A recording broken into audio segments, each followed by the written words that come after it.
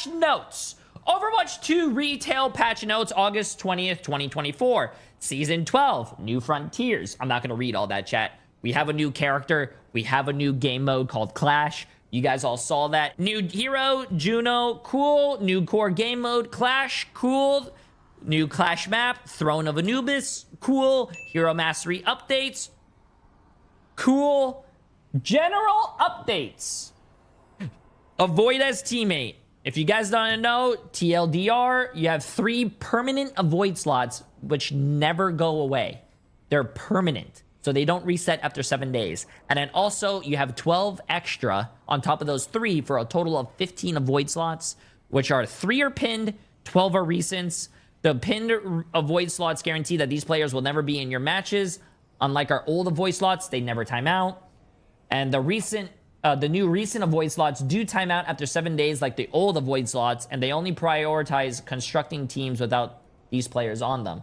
But the longer your queues go, it's going to start kicking people off the list from the bottom, blah, blah, blah.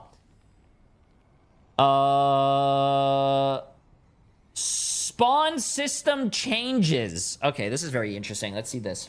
Group respawn is replaced by wave respawn for all non-competitive modes. I'm pretty sure we read this already, right, chat? Wave respawn is added to competitive play. Ooh, I don't know how I feel about that. Default respawn time is increased from 10 to 12 seconds. Overtime respawn is increased from 13 to 14 seconds. Wave respawn is disabled in overtime. Overtime respawn is not increased in Flashpoint. Wave respawn is disabled when payload is near the end of the track in escort and hybrid game modes, and the same time existing anti-stall system activates. When the first hero on a team dies, they start a new wave for their team. Any hero that dies within 6 seconds of a wave starting automatically joins that wave. A new hero joining a wave will respawn at the exact time as the hero that started the wave. This means that the respawn time of heroes joining the wave can be as long as 12 seconds if they died at the same time as the first hero, or as short as 6 seconds if they catch the end of the wave. If a hero starts a wave and no other hero joins the wave, they will respawn 2 seconds faster. This hero will respawn in 10 seconds, the default respawn time before Season 12. There you go. And they say these changes are designed to reduce the number of one-sided matches. For an in-depth analysis of our thought process behind these changes to respawning, read the latest director's take on the playoverwatch.com website, whatever. Shop updates. You can try out all the skins in the practice range from the hero gallery or the premium shop. I like that. As much shit as we give Overwatch for coming out with overpriced skins and fucking skins that like look good but have a horrible scope, at least you can try them now. I like that. That's cool. Try it before you buy it. I think that's a W from Overwatch. A rare one, but it's a W.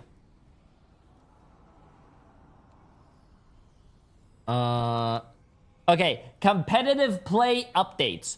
Mid-year rank reset. Competitive skill ranks for all players have been reset for Season 12. Players will need to complete 10 placement matches for each role to be ranked and start climbing on the leaderboard. Developer comments. Our plan is to reset ranks every 6 months alongside larger updates that shake up the metagame, including significant hero balance changes, new heroes like Juno, new game modes like Clash, and changes to the core systems like respawning changes mentioned above. Ooh. The only thing that I like that I read right here is our plan is to reset the ranks every 6 months. So that's probably guaranteed, chat, 2 rank resets a year. And alongside larger updates that shake up the metagame, including significant hero balance changes, I am excited to read these balance changes. Because if they're shit, I'm gonna cry. But if they're good, I'm still gonna cry. Because of happy tears. Okay, predicted rank. The predicted rank that was displayed to players in placements at the end of the match is now displayed in all locations that rank is displayed for individual players. Predicted rank is only displayed to players viewing their own rank. Other players can't see this information. Predicted rank is now used to determine whether a group is wide or narrow, meaning that the placements are no longer automatically considered wide. This will allow players to get much faster queue times in many scenarios after the rank has been reset. Okay, you guys ready? I'm scared. The first one's Diva. I'm scared, chat. I'm scared. Developer comments. Our recent 2.11.1 patch, which adjusted all tank heroes, saw a significant gain in interest for the role and had a positive lasting effect in queue times for damage and support as well. There are a few additional tuning changes in this update for tanks, but this patch is largely focused on the adjusting many of the more mobile heroes in the damage and support roles. Mobility is very powerful, and we would like for there to be more of a trade-off for the flexibility that it brings, especially as we add speed boosting abilities by welcoming Juno to the game. We're moving a handful of heroes to a 225 HP maximum, and in some cases increasing the potency elsewhere in their kit. Another health change. They're making characters go down to 225 HP, which means, chat, in reality, if very high mobile characters go down from 250 or 275 to 225 HP, that means Hanzo can one-shot. So Hanzo's one-shot is back. The first one is Defense Matrix. Maximum duration reduced from 3.5 to 3 seconds. Thank you! Thank you! Jesus Christ, bro! I'm so glad that I don't have to sit there in the fucking game for 20 minutes just having a diva do this.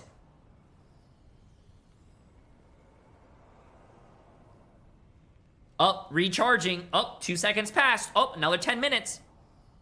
The increase in Diva's Matrix availability didn't help Diva's overall performance that much compared to the amount of frustration it is causing players on the opposing team. So we're reverting it to the previous duration. Thank you.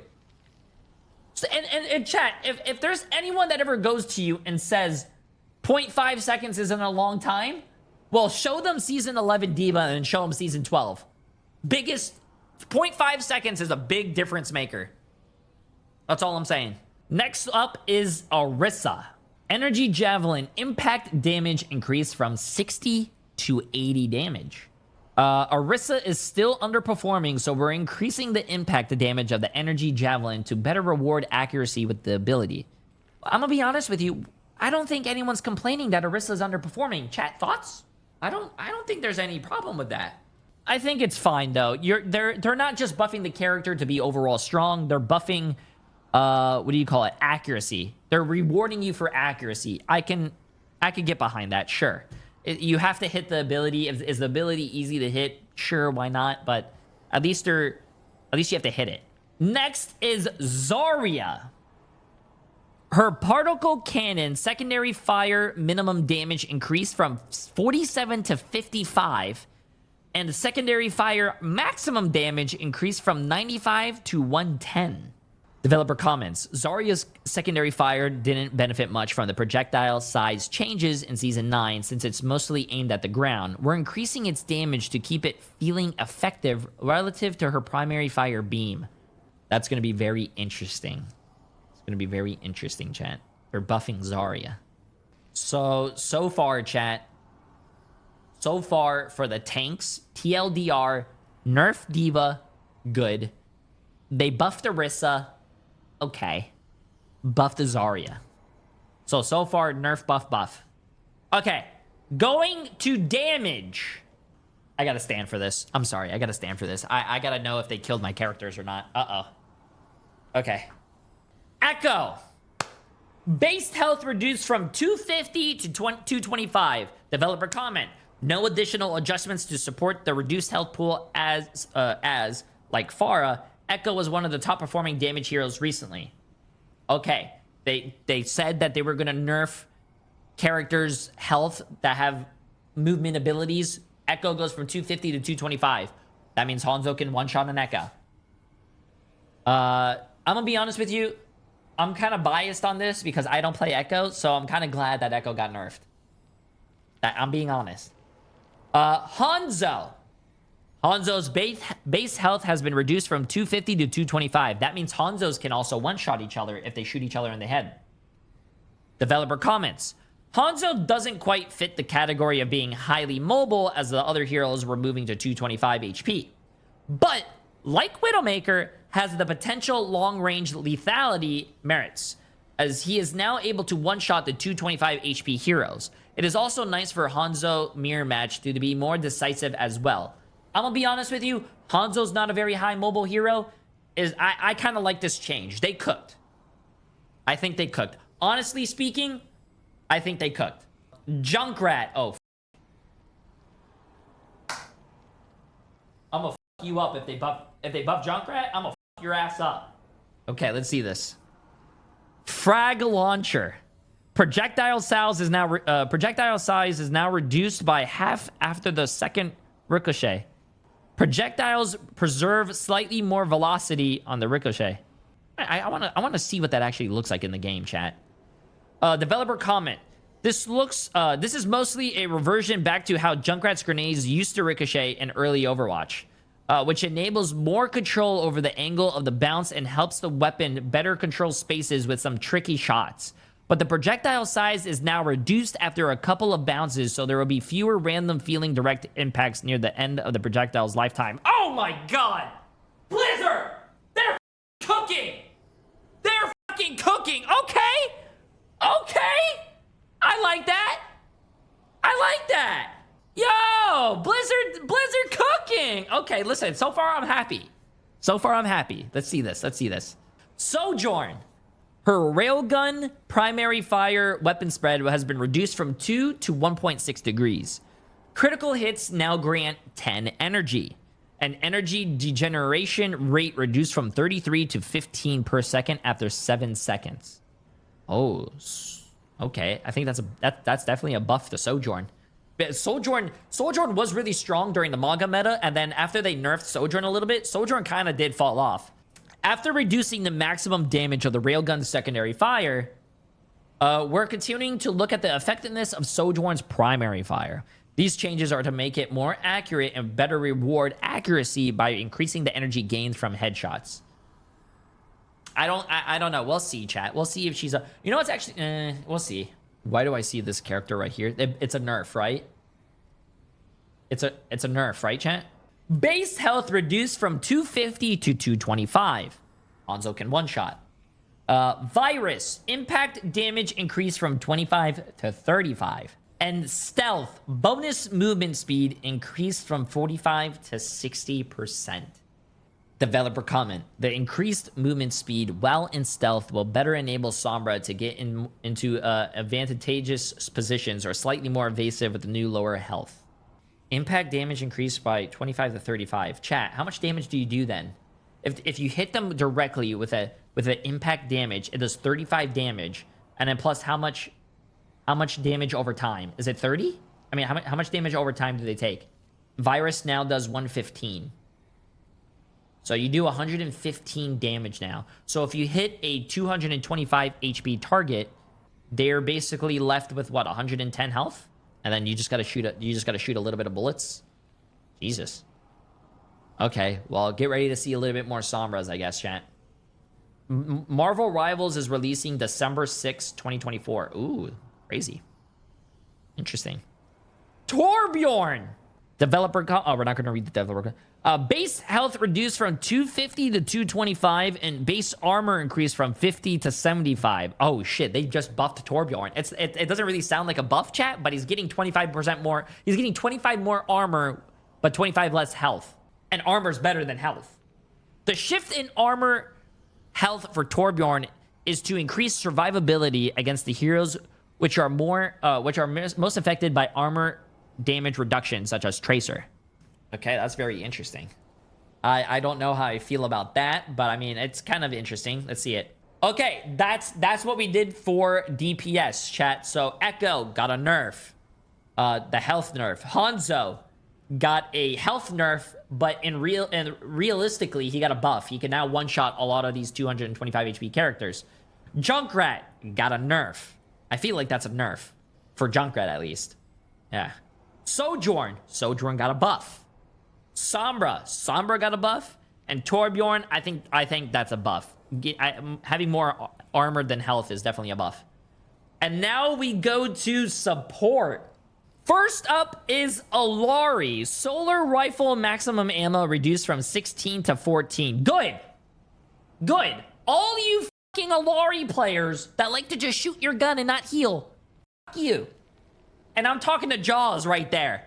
Jaws right there that throws a pylon down and doesn't right-click his teammates. He says, hey, I'm sorry, I got no heals for you. My pylon's right there. Go to my pylon. I hate you. Captive Sun. Projectile environment collision size reduced from 0.15 to 0.0 meters. Alari can deal a lot of damage over the course of a game, but may have too much ammo.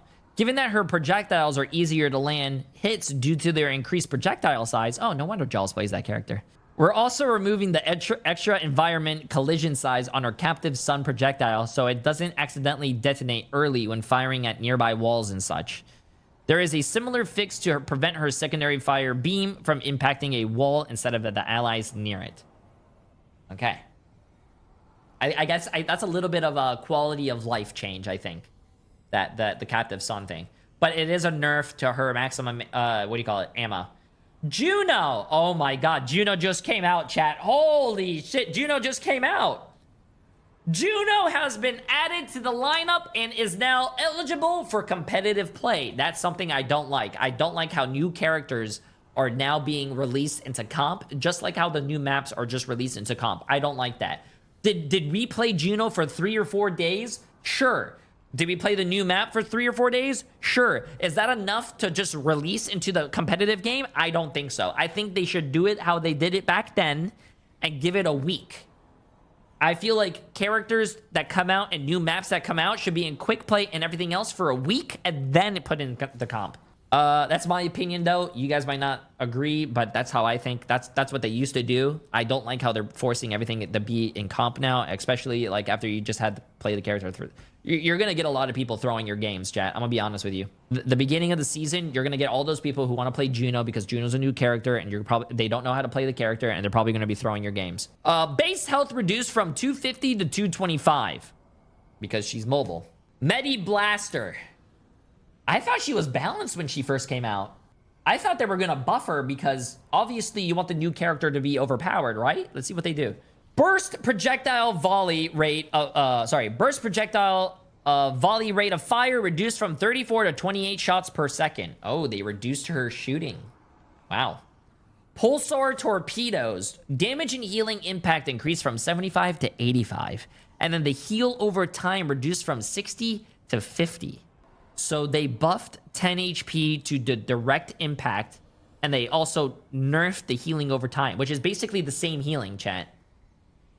It's basically the same healing. They just put less healing in the healing over time and more healing on the direct impact. So, anyways, that's very interesting.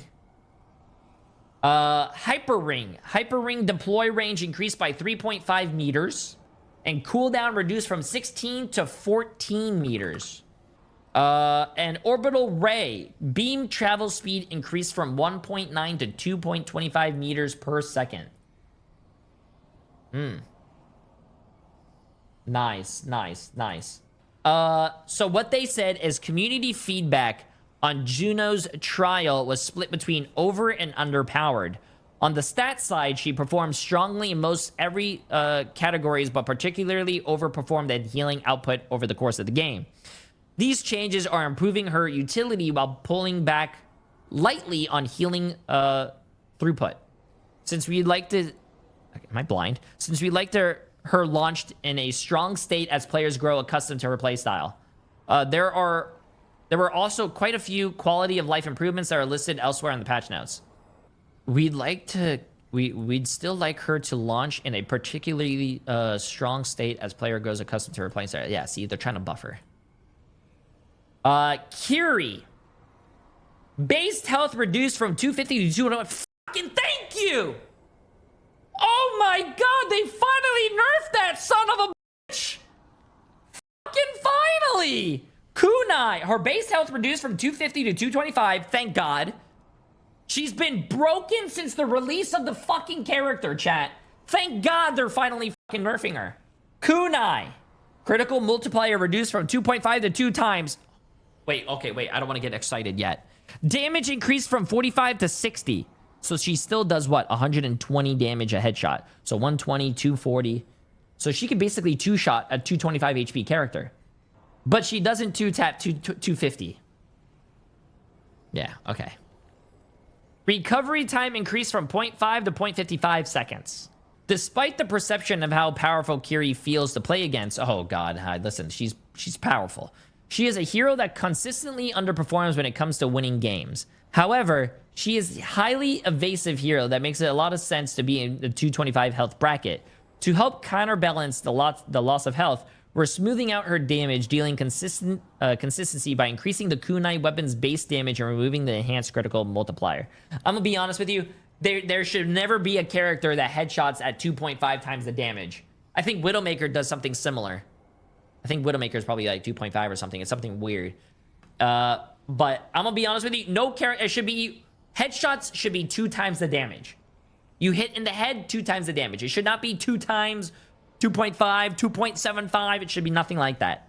That's weird. Hanzo's headshot multiplier, I'm pretty sure, is 2 times. He does a 120 to the body. Yeah, 240 to the head. Widowmaker does...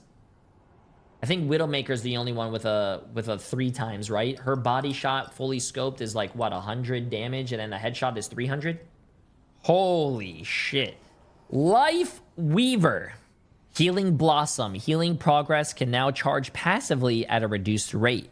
No longer reduces movement speed when holding a full charge. Oh, Life Weaver's getting some buffs. Pedal Platform. Duration only counts down when the platform is raised. Platform now resets if no one is standing on it for 2 seconds. Duration increased from 10 to 12 seconds. And health reduced from 400 to 300. So the pedal platform also got buffed. And rejuvenating dash got nerfed. Healing reduced from 60 to 45 seconds. Interesting. The pedal platform was too easy to waste if the player accidentally ran over it without intending to make use of it. Now it resets back to the ground if no one is standing on it. Oh, that's crazy, bro. What the hell? We're also reducing its health so that it's more reasonable counterplay to destroy the platform. Healing... Oh, excuse me. Healing Blossom will also passively charge at a slower rate to enable players to swap between weapons without fearing of falling too far behind when swapping back to healing. So Life Weaver now just got a buff, chat. Ooh. Oh, uh-oh. This is Blizzard's about to get a hit with a lot of, community, insults right here, or threats. Nerfing Mercy. The Mercy community is not going to be happy. Base health reduced from 250 to 225. And her staff primary fire healing increased from 55 to 60 health per second. Okay, so her health got nerfed, but her healing got buffed. And secondary fire damage boost increased from 25 to 30%. What? 30% damage now. And she heals a little bit more. They're buffing Mercy. They're buffing her damage boost, bro. That is crazy. That is fucking crazy, bro. Okay. Let's see what they say. Mercy's Guardian Angel movement enables her to be highly evasive and difficult to engage for many heroes, but is also one of the most fun parts of her ability kit, so we like to keep that strength. So we're moving her to 225 HP, increasing the output of her staff beams. Moira. Base health reduced from 250 to 225. Oh my god, bro. This 225 HP shit, I fucking love. I'm loving this stuff. Biotic Grass. Secondary fire increased from 60 to 65 damage per second. Whoa! Why are they making her suck a little stronger, bro? They nerfed her health, but they made her suck a little stronger. So they nerfed her health by 25, but gave her 5 damage per second extra. Moira can be difficult to take down between the low cooldown on her Fade ability and self-healing with the Biotic Orb. So now she has 225 HP and slightly higher damage output to keep on edge to her offensive potential. Or why don't you just increase her fade? I don't agree. Why don't you, her fade is like 6 seconds. Make it like 8 or some shit. DPS Moira is back in business, chat. Lucio. Lucio's base health is reduced from 250 to 225, but his sonic amplifier primary fire damage has been increased from 18 to 22. What? They gave him his damage back. 4 more damage. So, wait, how many burst shots do you shoot? It's like 3 or 4, right? So, 22, 44. You do 88 damage if you hit all shots. And then what's 88 times 2, chat? What, 176 or something? Is that quick math? For 4 headshots. Holy shit. Hero quality of life updates. Alongside balance changes that make Juno strong and a viable choice in the support role, we also heard the community feedback to apply several small changes to make the experience of playing with or against Juno a lot more enjoyable. Thank you for your detailed feedback during the Juno's hero trial. Oh, holy shit. Okay, what is this? Support, Juno, Medi Blaster. The weapon model visuals and firing sounds were updated to indicate when the weapon is at low ammo. Oh, that's actually pretty cool. The heal sounds that play locally to the Juno player were updated to be more noticeable when the healing ally is closer to full health. Pulsar torpedoes. The cooldown when the ability is cancelled after no successful lock-ons has been reduced from 5 seconds to 2 seconds. Line of sight checks were improved to better find targets with hitboxes in view. Added range forgiveness of extra 5 meters on current targets that might move beyond the max 40 meters range. The local cancel sound was increased in volume to be more noticeable for the Juno player.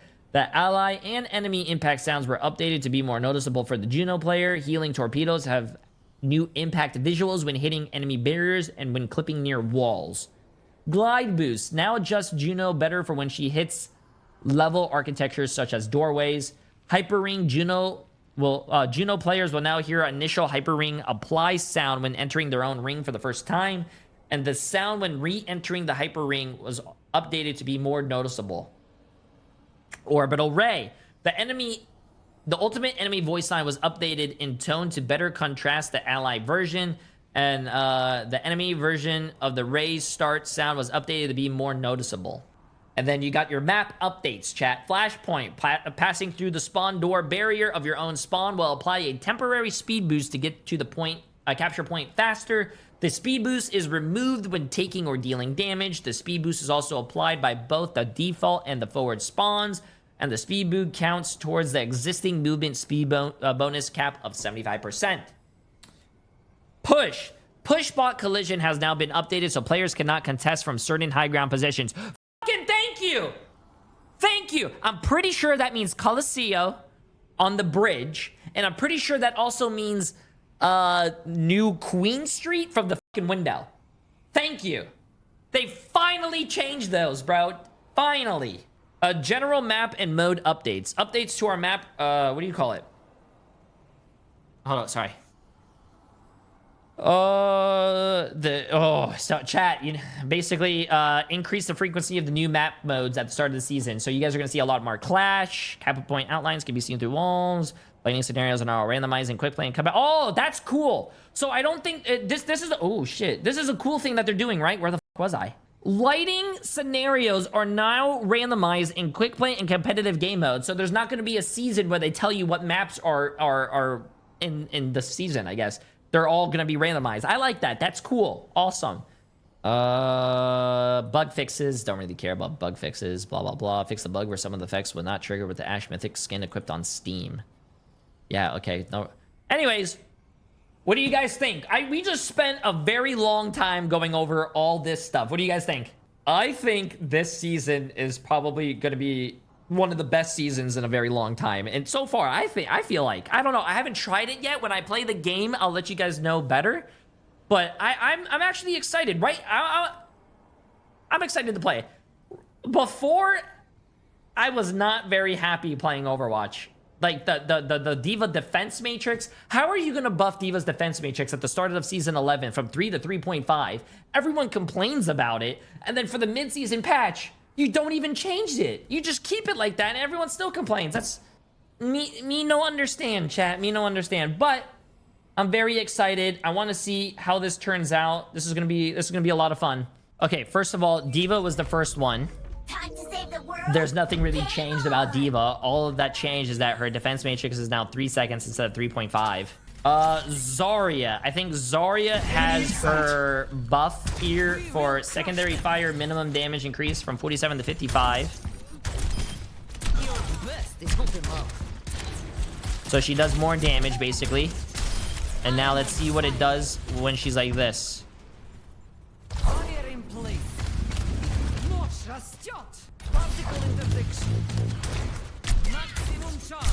Holy shit, that's a lot of damage. Oh my god. I don't know how much. That's, you could shoot two-shot any 200 HP character. Hanzo basically had his health reduced from 250 to 225, but he can one-shot any 225 HP target now. Sojourn basically got a lot of buffs as well. Oh, her rail actually does not go down, and like, oh, that's actually pretty interesting. It does not go down that fast. It's slow. I mean, they did cut it in half, 33 to 15.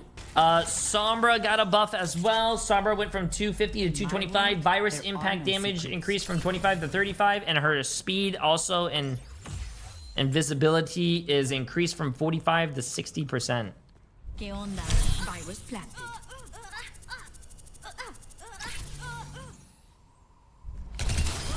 Holy shit, you do a lot of damage.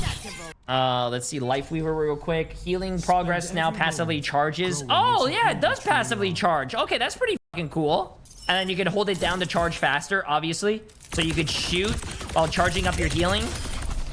Shoot a heal real quick and then keep shooting. Okay. Okay, and then your pylon. Oh, you get no movement penalty while you're holding down your left click now. Pedal platform is buffed. The air cold.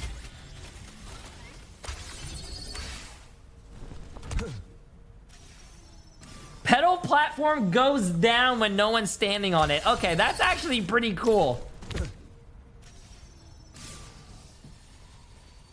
That is actually pretty cool. And look bottom right. Look bottom right. It's what do you call it? Yeah, platform now resets if no one's standing on it for 2 seconds, and the duration increased from 10 to 12 seconds, and health reduced from 400 to 300. But look at the pedal platform. You see it. You see the duration bottom right. You stand on it, it goes up. The duration's going. It's going, but if it falls down, it stops. That's actually fucking cool. And then Lucio obviously went from 250 to 225 health, and then his primary fire increased from 18 to 22. You can one-clip a tracer. That is fucking insane. If you get one-clipped as a tracer from a Lucio, that is heartbreaking. Okay, friends, YouTube thinks you might like this next video, so let me know if they're right.